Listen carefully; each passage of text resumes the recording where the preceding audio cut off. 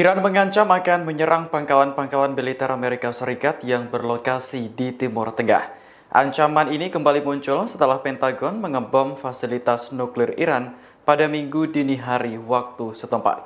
Dikutip dari Anadolu Agency, Ali Akbar Velayati, penasihat senior pemimpin tertinggi Iran, Ali Khamenei menegaskan bahwa negaranya berhak memberikan respons yang sah.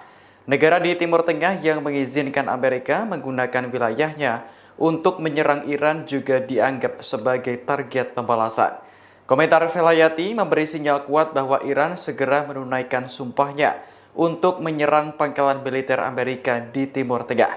Sumpah ini sebelumnya sempat dilontarkan oleh Menteri Luar Negeri Abbas Araghchi di tengah buntunya perundingan nuklir dengan Amerika.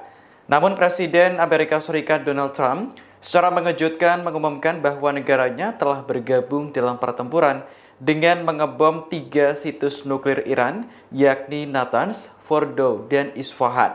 Padahal Gedung Putih sebelumnya mengatakan bahwa keputusan itu akan diumumkan 2 pekan lagi. Kini dunia sedang menanti pembalasan apa yang akan diberikan Iran terhadap Amerika. Pentagon diketahui memiliki sejumlah pangkalan militer di Timur Tengah, salah satunya di Qatar. Download Tribun X sekarang, menghadirkan lokal menjadi Indonesia.